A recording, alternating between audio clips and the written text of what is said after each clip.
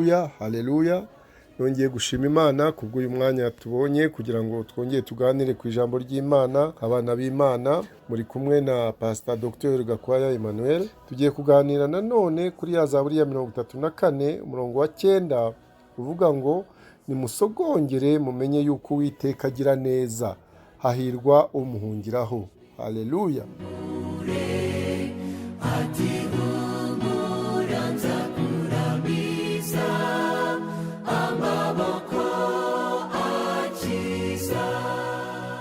Muribuka ko ino Zaburi ari ya yindi twavuzeho ya Dawidi igihe yahungaga agahungira kwa Kishi mu Bafilisitiya ahunga Sawuli.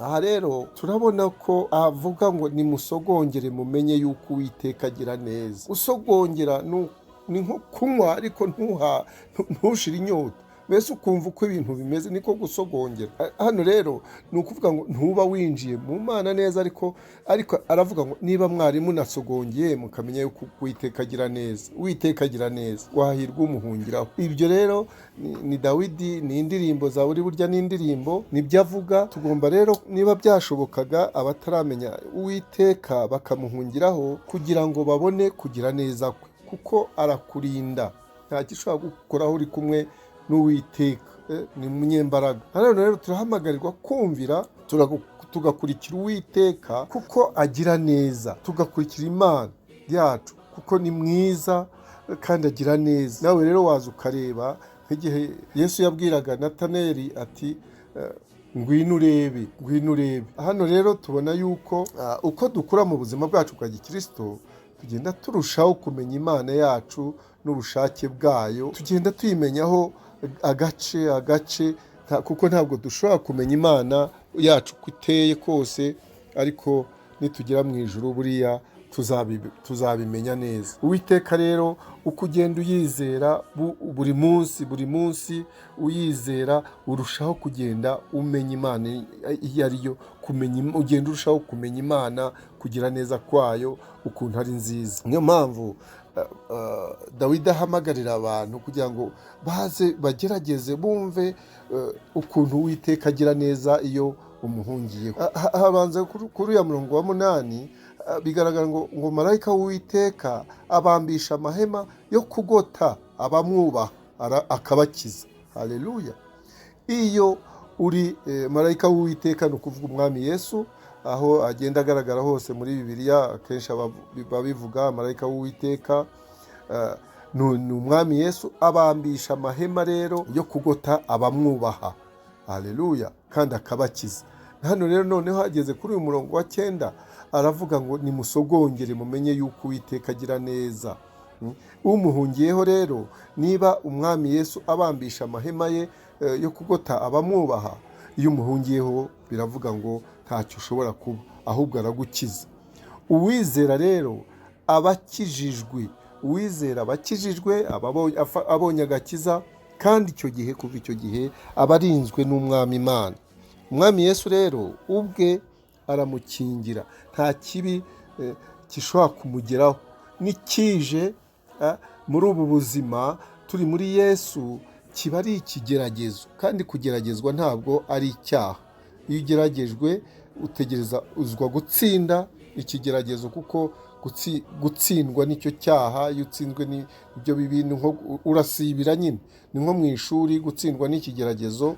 Ibyo duhura nabyo ntabwo bigomba kudutsinda kuko turi mu ishuri, kandi tugomba kwimuka, tugomba kugira umutima nk'uwari muri Kristo Yesu, tukagenda nkawe. Ntabwo rero ari byiza ko uwizera atsindwa, kuko abari muri Kristo Yesu igihe adukingira. Twibuke wa murongo muri Yohana atubwira ngo avuga ibijyanye n'intama ze ko aziho ubugingo buhoraho. Icy'umwanzi cyamuzanye ko ari ukwica, kwiba, kurimbura, ariko ko Yesu we yaje gutanga ubugingo buhoraho, ubu kandi ntizizarimbuka na hato iteka ryose, kandi ngo ntawe ushobora kuzivubunura mu kuboko kwe.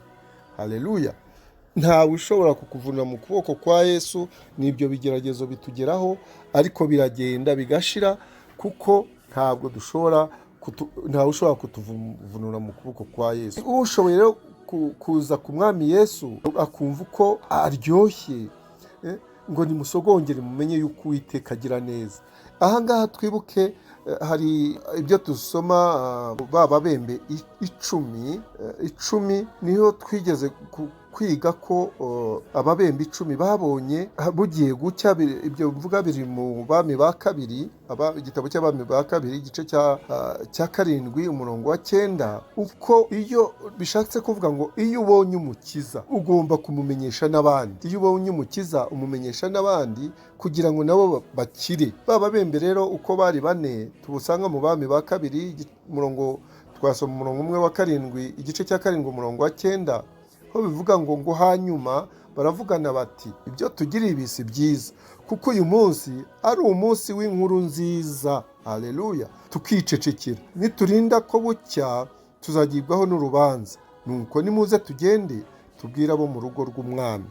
Hano abo mu rugo rw'umwami nta bandi bari mu rugo rw'umwami, ni abana b'Imana. Hariya rero ababembe bagiye kuvuga inkuru nziza. Hari inkuru nziza tugomba kubwira abandi bagomba kuza mu muryango w'Imana kugira ngo babone agakiza. Ntabwo inkuru nziza rero dufite, inkuru nziza wamenye ntabwo ugomba kuyiharira, ugomba kuyimenyesha n'abandi kugira ngo baze basange umwami.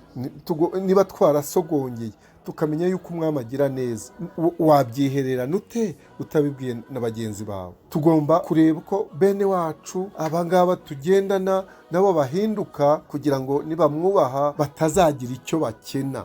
Nta kintu bashobora gukena. Iyi nkuru nziza rero, iyi niyo nkuru nziza. Inkuru nziza nk'iyo bariya babembe bajyanye, inkuru nziza yo kumenya ko umwami agira neza ukabibwira abandi. Iyo niyo nkuru nziza yuko Yesu Kristo ari umukiza, ko atanga ubugingo buhoraho.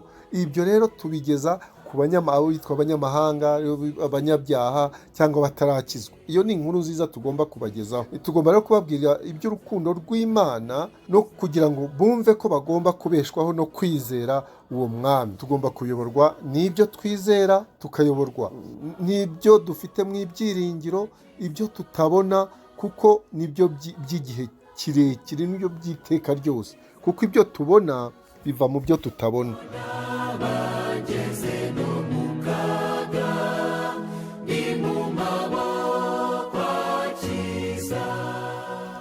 Ni ukuvuga rero uwaremye ibyo byose bigaragaza ko ari uwo muremyi wabyo ariho. Iyo tubona ibintu byaremwe byose hari ahantu uwo tutabona ariko umwami wabiremye ariho. Tugomba rero gushaka ubwami bw'Imana mbere y'ibindi byose. Niho dusoma ni muri Matayo 6:33 ngo dushaka ubwami bw'Imana, ibindi byose tuzabyongererwa.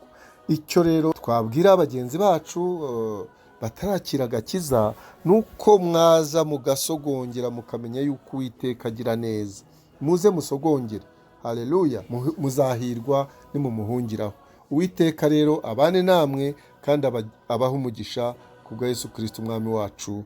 Amen. Amen.